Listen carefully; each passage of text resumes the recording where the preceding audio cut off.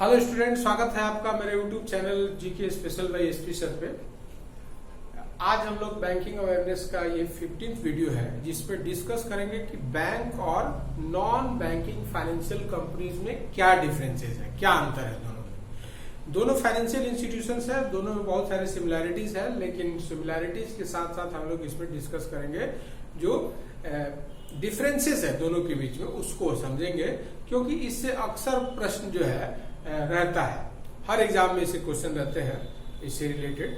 तो उसी पे ये वीडियो बेस्ड है। तो चलिए वीडियो शुरू करने के पहले मैं आपसे रिक्वेस्ट कर लेता हूँ कि चैनल पे आप नए हैं तो चैनल को सब्सक्राइब कर लीजिए और वीडियो को जो है लाइक कीजिए और ज्यादा से ज्यादा स्टूडेंट के बीच में शेयर कीजिए, ताकि इस तरह का मैं जो डेली वीडियो बना रहा हूँ, अब तक देखिएगा 100 वीडियो में अपलोड कर चुका हूँ पिछले 3 महीने में, और उसका आपको सर्चिंग में जो है कोई प्रॉब्लम नहीं हो तो इसके लिए देखिएगा अलग से मैंने प्लेलिस्ट क्रिएट कर दिया है, जैसे बैंकिंग अवेयरनेस का, इंडियन ज्योग्राफी का, इंडियन हिस्ट्री का, इंडियन पॉलिटी का, फिर करंट अफेयर्स का, एमसीक्यू का, जीपीएससी स्पेशल का, जेएसएससी, जेपीएससी, झारखंड जी के, government schemes, exam alert, previous year question paper, ये डिफरेंट टाइप ऑफ प्लेलिस्ट है जिसपे जा करके वीडियो को आप सर्च कर सकते हैं, देख सकते हैं और उससे बेनिफिट उठा सकते हैं।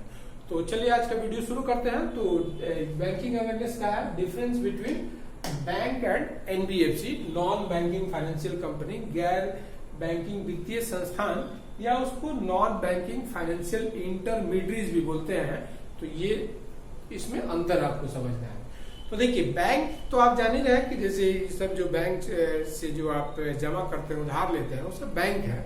लेकिन बहुत सारे बैंक नहीं है, वित्तीय संस्थान है, लेकिन वो जमा लेने का भी काम करते हैं, उधार देने का भी काम करते हैं। जैसे ये सब उधार देने में सुने होंगे बजाज फाइनेंस, बजाज फिनसर, ये सब क्या है, ये सब जो है नॉन बैंकिंग फाइनेंशियल कंपनी है। बैंक सुने होंगे एचडीएफसी बैंक, लेकिन क्या आप सुने हैं HDFC housing development finance company, जो केवल हाउसिंग लोन देता है, या फिर इंडिया बुल हाउसिंग फाइनेंस, इस तरह के बहुत सारे एनबीएफसी और भी है, जैसे माइक्रो फाइनेंस, छोटा लोन देने वाले फाइनेंशियल इंस्टीट्यूशन है जो बैंक नहीं है, तो उनको बोलते हैं नॉन बैंकिंग फाइनेंशियल कंपनी। आपको जैसे टीवी लोन, फ्रिज लोन देने के लिए बजाज फिनसर का नाम सुने होंगे, या ऑटो लोन के लिए बजाज फाइनेंस का नाम सुने होंगे। तो इस तरह से बहुत सारे जो है इंडिया में एनबीएफसीज हैं, तो उनके बारे में समझेंगे हम लोग इस वीडियो में डिटेल्स में। तो देखिए डिफरेंस जो है बैंक के बारे में देखते हैं। तो बैंक एक तरह का फाइनेंशियल इंस्टीट्यूशन है which registered under banking regulation act 1949। तो पहला जो है, ये जो है बैंक जो है रजिस्टर्ड है बैंकिंग रेगुलेशन एक्ट, बीआरए का मतलब है बैंकिंग रेगुलेशन एक्ट 1949 के तहत बैंक रजिस्टर्ड होता है। और एनबीएफसी जहां तक सवाल है, नॉन बैंकिंग फाइनेंशियल कंपनी का, तो विच रजिस्टर्ड अंडर कंपनी एक्ट 1956, जिसमें अमेंडमेंट किया गया है 2013 में। तो दोनों में ये डिफरेंस है कि इसका कानून अलग है, इसका कानून अलग है। फिर उसके बाद बैंक एक गवर्नमेंट इंटाइटल्स होता है फाइनेंशियल इंटरमीडिएट के रूप में, जिसका एम होता है बैंकिंग सर्विस प्रोवाइड करना कस्टमर को, कस्टमर से जमा लेना, उधार देना, इस तरह की सर्विस प्रोवाइड करना इसका काम होता है। और एनबीएफसी एक कंपनी होता है which provide services similar to banking, मतलब बैंकिंग की ही तरह जमा भी लेगा, उधार भी देगा to people, but without holding a bank licence. लेकिन इसके पास बैंक लाइसेंस नहीं होगा बैंकिंग रेगुलेशन एक्ट 1949 के तहत। और तो इस तरह से देखिएगा कि ये जो है रेगुलेटेड, ये जो है रेगुलेटेड होता है आरबीआई के द्वारा, ये रेगुलेटेड होता है आरबीआई के द्वारा, और ये भी रेगुलेटेड होता है आरबीआई के द्वारा। दोनों जो है आरबीआई के द्वारा ही रेगुलेटेड होते हैं। तो ये हो गया। फिर उसके बाद से जो है there are many types of bank, such as, जैसे सुने होंगे शेड्यूल कमर्शियल बैंक, फिर non schedule commercial bank, public sector bank, private sector bank, foreign bank, cooperative bank, payment bank, small bank, different types of banks होते हैं। उसी तरह से NBFC engage in business of loan and advances, ये उधार देने का काम करता है लोग। फिर acquisition of shares, bonds, debenture, stock, securities issued by government, leasing hire purchase, insurance business, ये सब में जो इन्वॉल्व कंपनी होता है वो सबको बोलते हैं नॉन बैंकिंग फाइनेंशियल कंपनी। जैसे लोन और एडवांसेस के रूप में हमने बताया कि housing finance, micro finance, TV loan, fridge loan देने वाले जितनी बैंकिंग नॉन बैंकिंग कंपनीज है वो सब इसका एग्जाम्पल है। फिर देखिएगा ये सब बॉन्ड सिक्योरिटीज में जैसे मर्चेंट बैंक सुने होंगे या फिर ब्रोकरेज हाउस सुने होंगे या फिर इंश्योरेंस कंपनी LIC, GIC या फिर ICICI प्रूडेंशियल, ये सब जो है नॉन बैंकिंग फाइनेंशियल कंपनीज है। तो ये डिफरेंसेस है। फिर मिनिमम जो पेड अप कैपिटल रिक्वायर्ड है वो है ₹500 करोड़। मतलब बैंक जो है सेटअप करने के लिए मिनिमम 500 करोड़ रुपए का पूंजी चाहिए और NBFC के लिए चाहिए minimum paid up capital required ₹100 crore. ये सब बेसिक डिफरेंसेस है, ये सबसे क्वेश्चन रहते हैं। तो 100 करोड़ चाहिए तो ये डिफरेंसेस है। फिर bank can accept demand deposit as well as time deposit. मतलब बैंक दोनों तरह का जमा ले सकता है, डिमांड डिपॉजिट भी और टाइम डिपॉजिट भी ले सकता है, जमा ले सकता है। जैसे टाइम डिपॉजिट जो मिनिमम जमा लेता है, देखिएगा 7 डेज के लिए मिनिमम फिक्स डिपॉजिट लेता है और मैक्सिमम 10 ईयर्स के लिए लेता है टाइम डिपॉजिट। और डिमांड डिपॉजिट जब चाहते हैं आप जमा करते हैं, निकालते हैं। जैसे करंट और सेविंग अकाउंट पे आप जो डिपॉजिट करते हैं वो डिमांड डिपॉजिट होता है। देखिएगा इसके लिए मैंने एक अलग से वीडियो बनाया NDTL, उसको जा करके देखिएगा तो आपको डिमांड डिपॉजिट और टाइम डिपॉजिट का कॉन्सेप्ट क्लियर हो जाएगा। फिर NBFC can only accept time deposit. ये केवल टाइम डिपॉजिट ही एक्सेप्ट कर सकता है लोग, मतलब डिमांड डिपॉजिट नहीं एक्सेप्ट कर सकता है। तो इसका जो टाइम डिपॉजिट का टाइम होगा वो मिनिमम 1 ईयर और मैक्सिमम 5 ईयर्स, मतलब 1 साल से कम नहीं, 5 साल से ज्यादा नहीं। यहाँ जबकि आप देख रहे हैं कि 7 डेज के लिए भी मिनिमम फिक्स ले सकता है बैंक। तो इस तरह का डिफरेंसेस होता है, दोनों के जमा लेने में अंतर होता है। फिर उसी तरह से अब जैसे NBFC जो है they can not accept demand deposit. Demand deposit बोलते हैं कासा डिपॉजिट, करेंट अकाउंट और सेविंग अकाउंट के डिपॉजिट को बोला जाता है कासा। तो ये कासा जमा नहीं ले सकता है, इसलिए ये डिफरेंट है बैंक से। फिर उसी तरह से देखिएगा कि bank deposit up to ₹5 lakh पर customer insured by DICGC। DICGC के द्वारा जो है 5 लाख बैंक का जमा सुरक्षित है।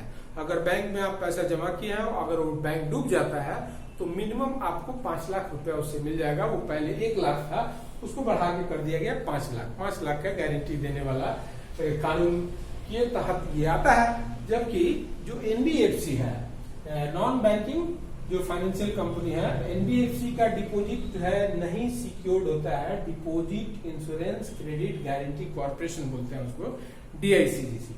तो उसके द्वारा इंश्योर्ड नहीं है। तो अगर इसमें आप पैसा जमा किए हैं तो डूब जाता है NBFC, तो आपको कोई रिटर्न उसमें नहीं मिलता है। जैसे ILFS का नाम सुने होंगे, एक तरह का NBFC है जो डूब गया, तो उसको बचाने के लिए सरकार एक बड़ा बेल आउट प्लान लाई ताकि ये NBFC को संवारा जा सके। उसी तरह से DHFL का नाम सुने होंगे, दीवान हाउसिंग फाइनेंस, वो भी डूब चुका है, तो उसको भी सरकार जो है बचाने के लिए आगे आ गई।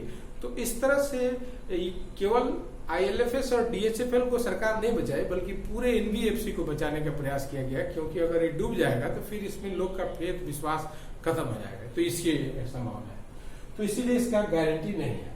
फिर पेमेंट एंड सेटलमेंट जो है कोर एक्टिविटी होता है बैंक का। बैंक में देखिएगा पेमेंट और सेटलमेंट एक्टिविटी जो होता है, payment and settlement is a core activity of bank. Under this activity, इस एक्टिविटी के तहत बैंक क्या करता है, तो डिमांड ड्राफ्ट सुने होंगे, DD या बैंक ड्राफ्ट सुने होंगे, वो जारी करता है और फिर चेकबुक जारी करता है पेमेंट सेटलमेंट के तहत। तो ऐसा करने वाला जो फाइनेंशियल इंस्टीट्यूशन होता है वो बैंक होता है। और जो इस तरह का डिमांड ड्राफ्ट और चेक नहीं इशू करता है वो होता है NBFC। तो इन NBFC payment settlement is not part of activity. ये जो है पेमेंट सेटलमेंट इसका एक्टिविटी का पार्ट नहीं होता है। अब दे can not issue demand draft and chequebook. ये अपने ग्राहक को डिमांड ड्राफ्ट और चेकबुक का सेवा नहीं देता है। तो जो चेकबुक और डिमांड ड्राफ्ट प्रोवाइड करे वो बैंक है, जो नहीं प्रोवाइड करे वो नॉन बैंक है। फिर bank can maintain CRR SLR, मतलब बैंक जो जमा लेता है उसका एक हिस्सा RBI के पास रखता है, उसको बोलते हैं CRR, और एक हिस्सा अपने पास रखता है, उसको बोलते हैं SLR। तो आप इसके लिए भी मैंने अलग से वीडियो बना दिया है, तो उसको भी आप देख सकते हैं। तो ये जो है रिक्वायरमेंट होता है, मतलब बैंक के लिए जरूरी है कि वो जमा ले रहा है तो एक हिस्सा आरबीआई के पास रखे, एक हिस्सा अपने पास रखे। और CRR SLR are not required for NBFC. NBFC के लिए इसका जरूरत नहीं होता है सीआरआर एसएलआर को मेंटेन करने का। तो इस तरह से ये भी है। फिर देखिएगा कि bank provide PSL lending, priority sector lending जो है बैंक प्रोवाइड करता है अपने ग्राहक को। पीएसएल लैंडिंग का मतलब हो गया प्रायोरिटी सेक्टर में प्राथमिकता के आधार पे एग्री लोन देना, हाउसिंग लोन देना, या फिर एजुकेशनल लोन देना, या फिर डीआरआई स्कीम के तहत लोन देना। 40% बैंक जो है अपने टोटल का वो प्रोवाइड करते हैं, जबकि इसके अंडर में इस तरह का नहीं है, they not provide priority sector land. तो ये हो गया। फिर उसके बाद से देखिएगा डिफरेंसेस है कि बैंक जो है एफडीआई लिमिट है एक सर्टेन लिमिट में, मतलब बैंक को जो है एफडीआई फिक्स्ड है कि वो जो है देखिएगा कि फॉरेन से जो डायरेक्ट इन्वेस्टमेंट आता है बैंकिंग सेक्टर में, वो देखिएगा पब्लिक सेक्टर अगर बैंक है तो उसमें 20%, और प्राइवेट सेक्टर बैंक है तो उसमें 74% जो है एफडीआई का लिमिट है, मतलब एक रिस्ट्रिक्शन है। जबकि एनबीएफसी में 100%, in NBFC FDI allow up to 100%। तो ये हो गया। फिर आपको बताएं कि ये जो है बैंक जो है आरबीआई के द्वारा रेगुलेटेड है, और ये भी जो है आरबीआई के द्वारा रेगुलेटेड है। फिर उसके बाद सुने होंगे कि बैंकों के लिए जरूरी होता है capital to risk weighted assets, CRAR, capital to risk weighted assets, उसको बोलते हैं CRAR, capital to risk weighted asset ratio. तो ये बैंकों के लिए देखिएगा 10.5% है और एनबीएफसी के लिए 15% है। तो ये भी एक डिफरेंसेस है कि बैंक मतलब कि बैंक जो लोन दे रहा है उसका 10.5% बेसल 3 नॉर्म्स के अनुसार उसको अपने पास रखना है, जबकि एनबीएफसी को 15% रखना है। तो इस तरह से ये सब जो है डिफरेंस के माध्यम से आप समझ गए होंगे कि बैंक क्या है और फिर नॉन बैंकिंग फाइनेंशियल कंपनी क्या है। तो इस वीडियो में बस इतना ही रखेंगे, और फिर इसी तरह का मैं वीडियो बनाते रहता हूं। तो वीडियो अच्छा लगे तो इसको लाइक और शेयर जरूर कीजिए। तो चलिए इस वीडियो में इतना ही। वीडियो देखने के लिए बहुत बहुत धन्यवाद। मेरे अगले वीडियो का इंतजार कीजिए। नमस्कार।